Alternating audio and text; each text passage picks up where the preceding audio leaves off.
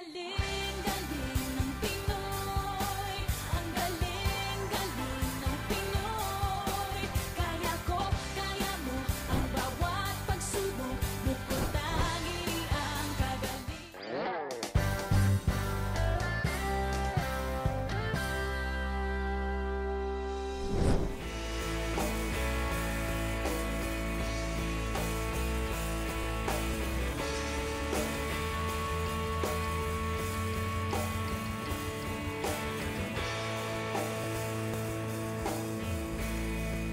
Stop it that time, oh baby, 'cause you know there's no excuse for these childish actions lately.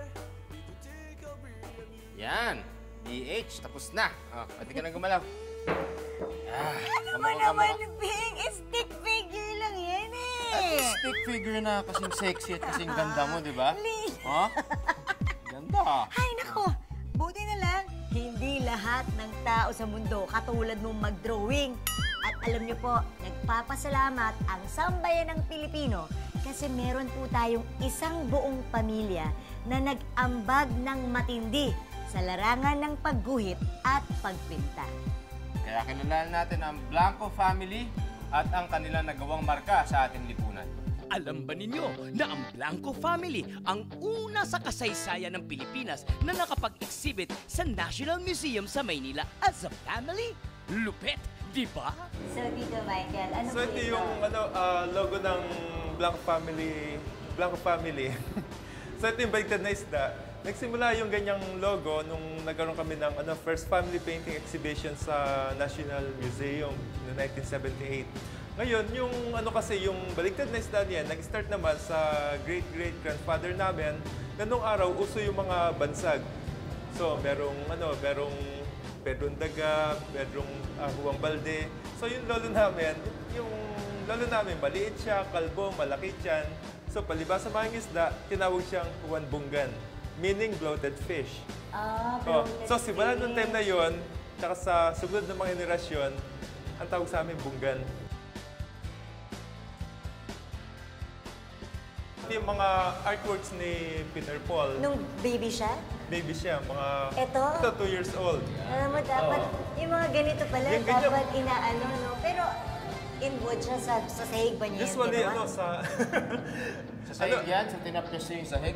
Napes yung dingding. Hindi naman ganun. Actually, binibigyan namin siya ng ganyang klaseng plywood kasi yung pagka-paper ang binigay sa kanya, nasisira.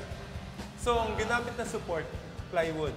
So, ito naman, ito yung sa China. Nagpunta kami sa China, nanood kami ng theater. So, pag-uwi namin sa, sa hotel, ginawa niya itong mga ito. Yan yung mga mask na ginagamit sa play. Lagi po kayo may dalang mga papel talaga at saka crayons every time kahit saan kayo pumunta.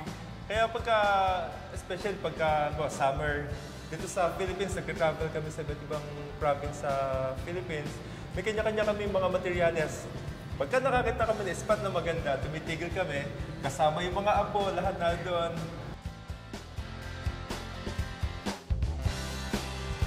Dito naman sa mga artworks na to, yan yung time na nag-try siya ng watercolor. Nakakatuwa kay Gay, nung nag-try na siya ng iba't ibang colors, nung nagme-mix na ganyan yung kulay. Lagyan niya ng green, tapos lagyan niya ng yellow. Yung parang gumagapang yung kulay, tuwan-tuwa siya doon. So, ang ginagawa niya dyan, drawing muna siya, mga line drawings, tapos i-render niya ng watercolor. So, ito naman kay Jan. Ito naman Ang favorite subject naman ni Jan, mga ibon. Jan Blanco naman to. So, ito, gawa niya to nung 5 years old and 8 months. Si Joy Blanco naman, human siya. Si Joy naman. Yung ganitong klase rendering ng mga bulaklak, actually hindi ko kaya yan eh. Masyado siyang malambot, masyadong pino kung gumawa ng bulaklak. Tapos pagdating doon sa metal, kita mo yung mga highlights. Ganyan, metal talaga. Yan naman ang specialty niya. Ano yung bawat kayo magkapatid may specialty kayo? Nung bata pa kami, yun na hinanap ng father ko sa amin. So, na-identify ng father ko na kuya ko magaling sa landscape. So, doon siya nag-focus. Sino yung si kuya? Ano pangalan? Si Glenn. Si Glenn, Eldest yun. landscape. Tapos si Noel, sa mga tubig. Water. Magaling siya mag-render ng tubig. Okay. Tapos ako sa mga portraits, si Joy sa mga ganyan, bata rin. Tapos Bata and flowers nga. Jan sa mga ibon. Yan. Tapos yung Sige. mas bata. Iba't ibang subject na. Sunod dito, from youngest, Youngest papuntang eldest. Okay, so yan. Malapit ka na. Oh. Oh, sa akin na to. Eto na. So ito yung portrait ni Jan. Ginawa ko yan nung ko 12. So watercolor yan eh. Kaya dito nakita ng daddy mo na ang Oo. specialty mo, portrait. So sabi ng father ko, doon ako magano sa photo portrait. Pati yung ngipin niyo, oh, ang galing. Halos nagmukhang photo na. At 12 years old siya Ang niyan. comment lang ng father ko dyan sa watercolor na yan, ba't daw doon ako pumirma sa gitna? O bakit nga ba? Baka daw ID. Ito yung thesis ni Noel sa father ko. Kasi sa family namin, bago kami motor ng solo exhibit, kailangan mag-submit kami ng thesis sa tatay. Ha? Nag-thesis kayo sa dad? Kaya pala hindi ka na niya pinapay. May thesis. Tapos ang thesis namin, kailangan 8 by 8 feet or bigger. Ganun. Kasi nakagawa kami ng mga easel paintings, pero iba challenge sa mga mural, sa mga malaking ganyan. Ang laki nito eh. No? So, nandito na tayo sa panganay. So ito yung mga trabaho ni Glenn, eldest namin, Anong specialty niya ulit? Landscape? sa landscape. Landscape. Kasi actually mahilig siyang nagma-mountain climbing din siya. Umundok. So Ito na kay Mami. so ito yung painting ng ng nanay. Nag-start siya mag-paint nung nasa 40s na siya.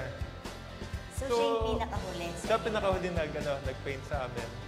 Pero siya ang unang nagkikritik sa tatay ko. Kasi dati, nung bago pa nagpipainting ang tatay, nung nag-full-time as an artist, ang ginagawa ng tatay, pagka nagre-render ng subject kay mga babae, palagi nakayuko, nakapikit. So sabi ng nanay ko, hindi ka ba marunong gumawa ng mata?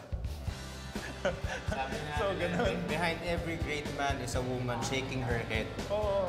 Napaka-supportive ng ng nanay ko sa Ang tatay. tanong, kaya bang i-critique ng tatay mo, ng nanay mo?